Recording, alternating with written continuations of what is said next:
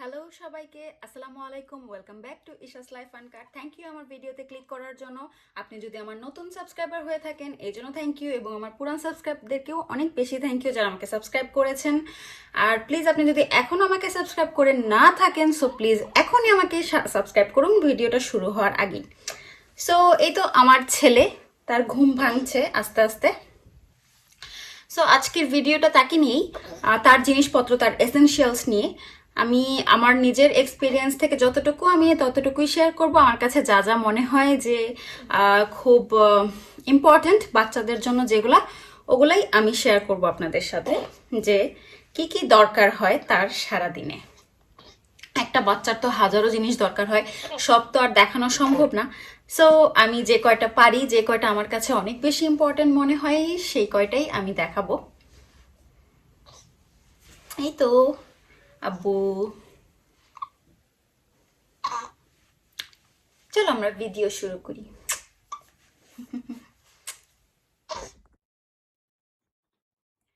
So প্রথমে আমি একটা কথা বলে নিতে চাই, সেটা হচ্ছে আমি একজন এক্সপিরিয়েন্স মা হিসেবে আমার কাছে যেটা যেটা মনে হয়েছে যে আমার বেবির জন্য এসেনশিয়াল, সেটাই আমি আপনাদের সাথে শেয়ার করছি। আমার অনেক কিছু ভুল হতে পারে, সেজন্য আমাকে ক্ষমাসুন্দর দৃষ্টিতে দেখবেন।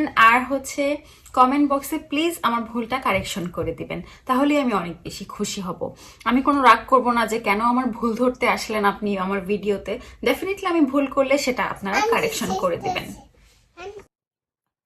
সো আমি আসলে জিনিসগুলো গুছিয়ে বসিনি, আমার যখন যেটা মনে পড়বে আমি তখন ওইভাবেই বলবো।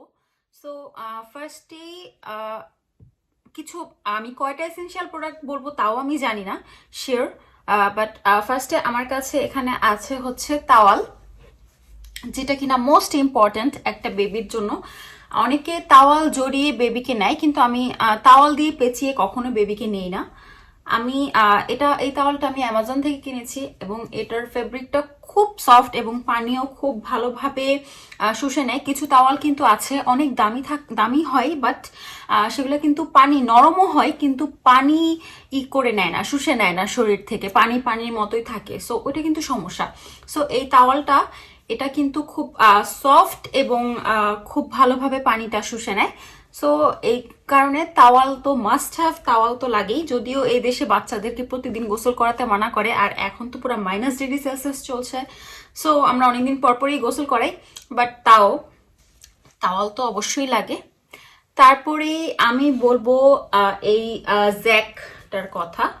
এটা হচ্ছে স্লিপ জ্যাক। আমি আমার বেবির জন্য কখনো কম্বল কিনিনি, আমার বড় বেবির জন্য প্লাস এই বেবির জন্য।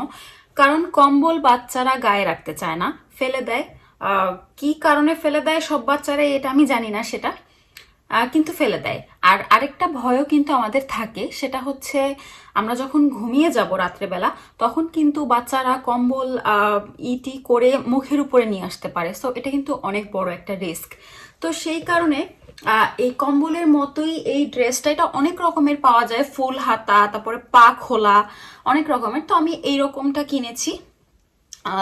এটা সাধারণত বেবির চেয়ে একটু বড়ই হয়ে থাকে, কারণ ইজিলি যেন নড়াচড়া করতে পারে।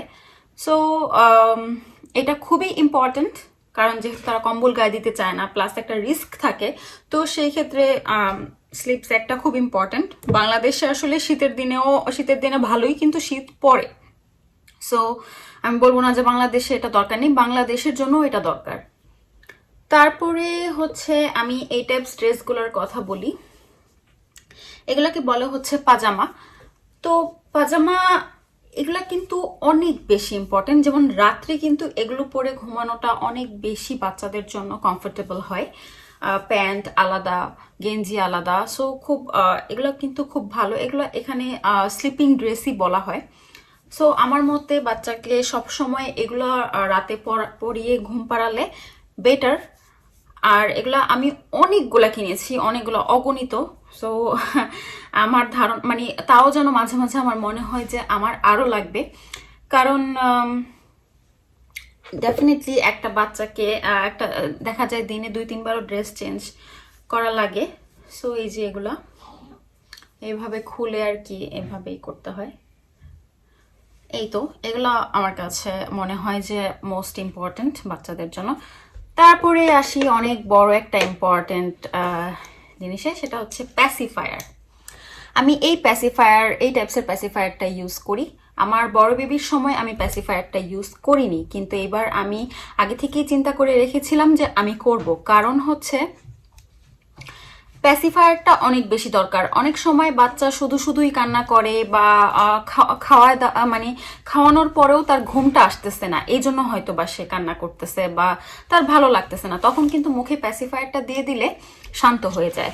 তারপর বাচ্চাকে নিয়ে কোনো অফিসে, কোনো অফিসিয়াল কোনো মিটিংয়ে, যেহেতু আমরা এখানে একাশো বাচ্চা নিয়ে যাওয়া লাগে, তখন অনেক সময় কান্না করে। তো তখন এটা দিয়ে দিলে কিন্তু আর কান্নার কোনো মানে কান্না করবে না। সো এটা আমার কাছে অনেক ইম্পর্ট্যান্ট। আর সাথে একটা হুকের মতো থাকলে বেটার, কারণ এটা বারবার পড়ে গেলে একটা সমস্যা, পরিষ্কার করাটা যেহেতু প্রতিদিনই স্টেরিলাইজ করতে হয়। সো এটা খুবই ইম্পর্ট্যান্ট। এরকম একটা কিনে নিলে, আমারটা হচ্ছে ইফরাজ লেখা আছে, আমি কাস্টমাইজ করে বানিয়েছি। সো এটা ওদের জামার সাথে লাগিয়ে দিলে পরার আর কোনো ভয় থাকে না। সো এটা আরেকটা ইম্পর্ট্যান্ট। তারপরে হচ্ছে ফিডার। যদিও আমি পার্সোনালি গ্লাস বোতল অনেক পছন্দ করি বাচ্চাদের জন্য, এখনো ওর জন্য গ্লাস বোতলটা কিনি নেই, যেহেতু ও বোতলে অত ফ্রিকোয়েন্টলি খায় না, খুবই কম, যেহেতু ওকে আমি ব্রেস্ট ফিড করি। সো এই ফিডারগুলো খুবই ভালো নিউবর্নদের জন্য। নিউবর্ন কেন, একটু বড় বাবুদের জন্য আমি সবসময় এই ফিলিপস অ্যাভেন্টের এই ফিডারগুলোই ইউজ করে থাকি, এক এক সাইজের। সো ড্রেস বলতে, বডিস বলতে এগুলোও আছে। এগুলো হচ্ছে ছোট, যেমন এগুলোর ভিতরে কিন্তু আমি ইফরাজকে এখন এগুলোও পরাই। এগুলো পরিয়ে তারপর ওটা একটা পরে, যেহেতু অনেক ঠান্ডা, তারপরে তো ওই জ্যাক দিয়ে পেঁচাই। সো এই ড্রেসগুলোও অনেক বেশি ইম্পর্ট্যান্ট। আচ্ছা, তারপরে যেটা, সেটা হচ্ছে ওয়েট টিস্যু। এটা ছাড়া তো সম্ভবই না একটা বাচ্চার সারাদিন। সো ওয়েট টিস্যুটা আমি এরকম একটা বক্সে ঢুকিয়ে নিয়েছি, বক্সের ভিতরে যে প্যাকেটটা, তাহলে আর কি ভিতরের টিস্যুগুলো শুকিয়ে যাবে না, প্লাস ঠিকভাবে থাকবে। সো এই তো ওয়েট টিস্যু, হ্যান্ড স্যানিটাইজার বাচ্চাদের সাথে। সবার আগে আমি এটা দেখাই, এই বক্সটার ভিতরে আমি সবকিছু রাখি। এটা ওর পাশেই সব সময় থাকে। ও টয়লেট করলো, কেউ এক জায়গা থেকে ডাইপার আনবে, এক জায়গা থেকে এটা আনবে সেটা আনবে। সো এটা কিন্তু খুব সমস্যা। সো সেই ক্ষেত্রে আমি এই জন্য একটা ব্যাগে ওর সারাদিনের যা যা লাগে, চিরুনি, ক্রিম, লোশন, অয়েল, পাউডার, ওর নেল কাটার, হ্যান্ড স্যানিটাইজার আমাদের, ঠিক আছে, ওর একটা বিপস, সো এগুলো আমি রেখে দিই এক জায়গায়, সো যেন আমাদের জন্য ইজি হয়। সো এখান থেকে দেখাই এখানে কি কি আছে। সেটা হচ্ছে একটা বিপস খুবই, যাদের অনেক বাচ্চাদের লালা পড়ে, আমার বাচ্চার আল্লাহর রহমতে পড়ে না, বাট খাওয়ানোর টাইমেও এটা খুবই ইম্পর্টেন্ট, যেহেতু ইফরাজ ব্রেস্ট ফিড, তো ওর জন্য আর কি এটা অতটা ইম্পর্টেন্ট না, বাট এটাও বাচ্চাদের জন্য অনেক বেশি ইম্পর্টেন্ট। তারপর কিছু কসমেটিক্স, যেমন oil, powder, face cream, lotion, তারপর হচ্ছে bath wash and body wash, definitely অনেক ইম্পর্ট্যান্ট। আর ডাইপার, এটা ছাড়া তো আমাদের জীবনে কিছুই চিন্তাই করা যায় না। So diaper is must have. আমি আপাতত হিপেরটা ইউজ করছি, নাম্বার 1, এটা আমার কাছে ভালো লেগেছে। আরেকটা জিনিস আমি দেখাই, সেটা হচ্ছে এই ওয়াল ক্লথটা, এটাকে দেশে ওয়াল ক্লথই বলে, এখানে বলে হচ্ছে চেঞ্জিং ম্যাট। সো এই চেঞ্জিং ম্যাটটা যখন ও টয়লেট করে আমি বুঝি, বা ডাইপারও যখন আমি নর্মালি চেঞ্জ করি, তো এটার উপরে রেখে যদি ডাইপারটা চেঞ্জ করে, তখন ও পটি করে দিল বা শিশু করে দিল, কোনো সমস্যা নেই। যেখানে রেখে আপনি ওকে চেঞ্জ করছেন সেটা ভেজার কোনো ভয় থাকে না, বা সেটা ময়লা হওয়ার কোনো ভয় থাকে না। সো এইটা আমার কাছে অনেক বেশি ইম্পর্ট্যান্ট, অনেক বেশি। এটাও আমি অ্যামাজন থেকে অর্ডার দিয়েছি। সো আরেকটা ব্যাপার হচ্ছে এই ব্যাগগুলা, এগুলো হচ্ছে অনেক গুড স্মেল আসে এগুলো থেকে, সেন্টেড পলিথিন এগুলা। যেমন যে পটির ডাইপারগুলা, ওগুলা যদি আপনি এটাতে ফেলে বেঁধে তারপর ডাস্টবিনে ফেলেন, ডাস্টবিন কিন্তু এখানে আমরা সাধারণত 4-5 দিন পর পর ডাস্টবিন ফেলতে হয়। দেশে হয়তো বা প্রতিদিন, কিন্তু এখানে 4-5 দিন পর পর বা সপ্তাহে একদিনও হয় কিছু কিছু জায়গায়। সেই ক্ষেত্রে কিন্তু এরকম একটা সেন্টেড ব্যাগে আপনি যদি ডাইপারটা বেঁধে তারপরে ডাস্টবিনে ফেলেন, সেই ক্ষেত্রে কিন্তু কোনো ব্যাড স্মেল হওয়ার সম্ভাবনা থাকে না। সো এটা আমার কাছে অনেক বেশি ইম্পর্ট্যান্ট। আচ্ছা, তারপরে হচ্ছে ইম্পর্ট্যান্ট ডেফিনেটলি হাত মোজা। এটা হচ্ছে হাত মোজা, কারণ বাচ্চাদের নখ অনেক বেশি ধার থাকে এবং কেটে দেওয়ার কয়েকদিন পরেই নখ আবার বড় হয়ে যায়, যেহেতু ওরা কোনো কাজকাম করে না। সো ওদের নখ অনেক ডেঞ্জারাস হয়, অনেক ধার থাকে। সো হাত মোজা সবসময় পরিয়ে রাখা আমার মতে সবসময় উচিত, কারণ ওদের নখ ওদের স্কিনে লেগেই একটা হতে পারে, ব্যথা পেতে পারে। সো হাত মোজা তো অবশ্যই, মোজা তো ডেফিনেটলি, মোজার কথা আর না বললেই না। আর হচ্ছে টুপিও এই দেশে আসলে পরিয়ে রাখতে হয়, দেশে হয়তো বা বাইরে গেলে। সো কান হচ্ছে বাচ্চাদের সবচাইতে, বাচ্চাদের কেন বড়দেরও, কান যদি আপনার ঢাকা থাকে সেক্ষেত্রে কিন্তু আপনার আর ঠান্ডা লাগার কোনো চান্স নেই। সো কানটা ঢেকে রাখতে অবশ্যই হবে। সেই ক্ষেত্রে হচ্ছে এইসব ফেব্রিকের টুপি আমার কাছে খুব ভালো লাগে, কারণ এগুলো খুব সফট হয় আর ভিতরে হচ্ছে এরকম কোনো হবে না, বাতাস ঢুকবে না কান দিয়ে, প্লাস দেখতেও কিউট। সো সেফ থাকবে আপনার বাচ্চা। আর এই কাপড়গুলো যেটা কিনা অনেক বেশি ইম্পর্ট্যান্ট বাচ্চার শরীর মোছার জন্য, যখন ও একেবারে ছোট তখন তাওয়াল দিয়ে অনেকেই মোছে না। সো এই কাপড়গুলা, যেমন এই কাপড়গুলোর একটা আমি দেখাই, এগুলো আমি কেটে কেটে ছোট করে নিয়েছি। যেমন এটা দিয়ে আমি যখন ও গোসল করে তখন আমি ওকে দিই, কি বলে ওটাকে, বডি ওয়াশ আর কি, সোপটা যেটা, ওটা এটা দিয়ে ওর শরীরে রাব করি। কারণ ডেফিনেটলি আমাদের যে শরীর রাব করার যে ওটা দিয়ে তো ওকে রাব করা যাবে না, আর হাত দিয়েও হয় না। সো এইসব কাপড়গুলো খুবই হয়, ভিজালে আরও হয়ে যায়। সো এগুলো ইউজ করা খুবই দরকার বাচ্চাদের জন্য।